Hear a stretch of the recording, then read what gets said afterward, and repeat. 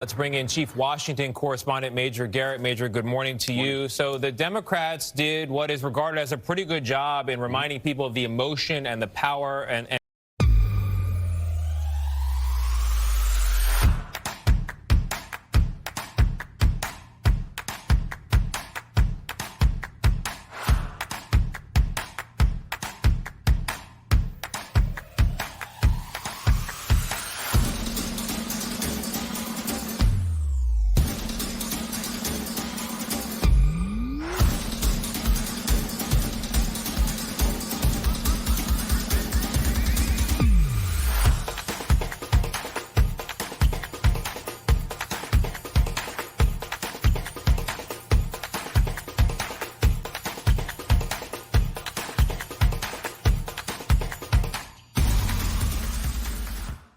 how scary that day was, January 6th.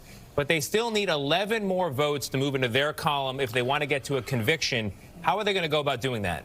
Well, they're going to say that what happened on January 6th was not an isolated incident, that it was the culmination of a campaign that sought to undermine the Constitution, undermine support in our country for institutions, and support for a free and fair election.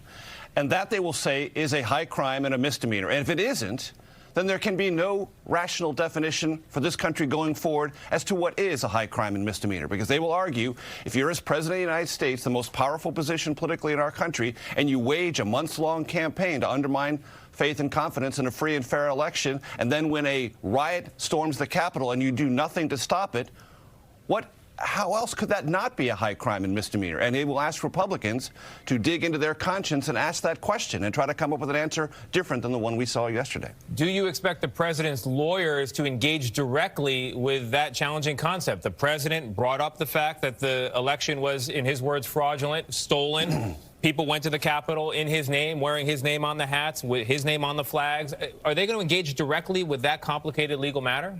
Only by accident, and because of their performance yesterday, you have to allow for possibilities that they will accidentally do something they don't intend to do, because yesterday's performance was, by all accounts, even President Trump's, a pitiful one. So that's always possible. But no, they've already said what they're going to argue. The president has a First Amendment right to talk about things he thinks are important. And he didn't incite. There's nothing directly insightful about his language on that day. They will not deal with the long-running campaign to undermine confidence in the election itself. And they will say those who committed those acts of violence should be prosecuted individually for actions they undertook of their free volition. And they'll pretty much leave it at that. And also say, oh, yes, by the way, the Constitution, the way we read it at least, doesn't allow you to impeach someone who's no longer in office. The House managers yesterday made a very compelling case that the Constitution does.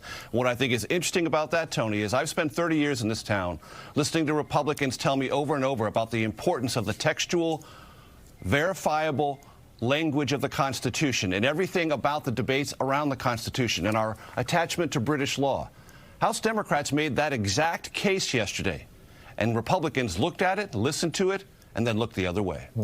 What do we know about the former President Trump and how he feels about what he saw unfold on TV yesterday? He did not like it. He was not pleased, in part because it was such a weak and rambling defense of what the president did or didn't do. Also, the president likes his attorneys to be killers, to have great presence. Those were not killers on the Senate floor. They didn't have great presence, and they barely made an argument. Yeah, I can imagine the president not being happy that one of his lawyers acknowledged that the House presentation was pretty good. Major, not only that, but that the country made the decision and he didn't win the election. And, oh, by the way, he might be prosecuted someday. Not exactly what you want your defense counsel to bring up before the United States Senate. No, he may have needed a good long walk after watching that. Major Garrett, thank you very much. Sure.